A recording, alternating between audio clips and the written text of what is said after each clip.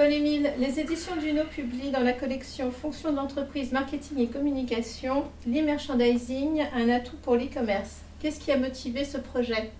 Eh bien voilà, plus de 12 à 15 années que je gravite dans l'e-commerce. Et c'est vrai qu'on s'est tous jetés très vite et trop vite dans la bataille du e-commerce, sans essayer de prendre un petit peu de recul par rapport à ce nouveau contexte.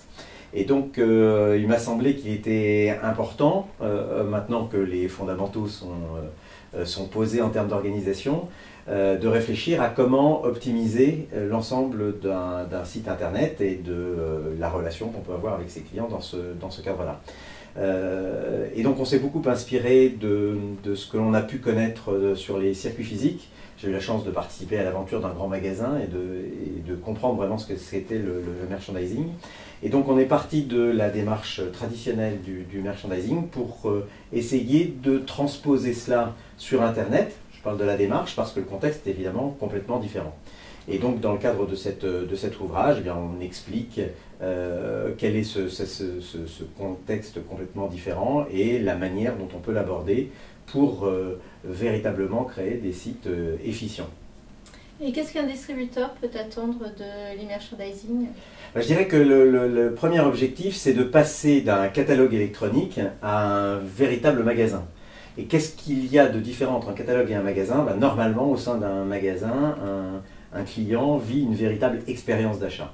Alors, ça fait longtemps qu'on en parle, hein, mais là aussi, si on se réfère à nos propres expériences, on a rarement vécu de véritables expériences sur des sites internet marchands.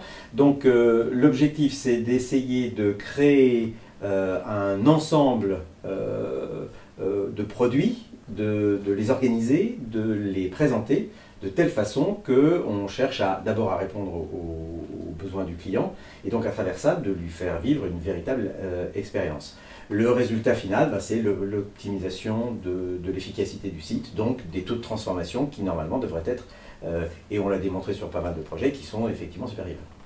Et en quoi consiste la méthode dite de la rentabilité au pixel carré? Alors, d'abord, elle s'appelle comme cela parce qu'on voulait justement faire le parallèle par rapport à ce qu'on peut trouver en termes de e-merchandising sur les circuits physiques, où on parle de rentabilité au mètre carré dans un magasin. Sur la vente à distance, on ne parle pas de rentabilité au centimètre carré pour le catalogue, mais c'est tout comme, hein, puisque c'est une notion qu'ils suivent également. Donc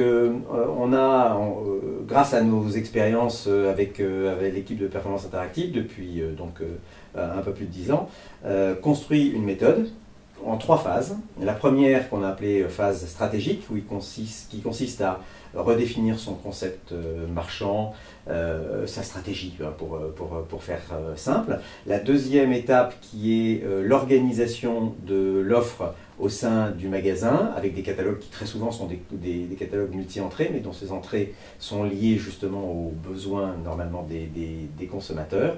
Et une troisième phase qui est une phase de présentation, qui est souvent la seule partie, la partie immergée de l'iceberg. Quand on parle de merchandising, on voit uniquement cette troisième phase, mais qui en fin de compte représente peut-être un tiers du succès. Les 2 tiers du succès, c'est en fait les deux premières phases que tout le monde oublie habituellement. On vous retrouvera donc dans cet ouvrage qui s'appelle l'e-merchandising, un atout pour l'e-commerce. Merci. Merci.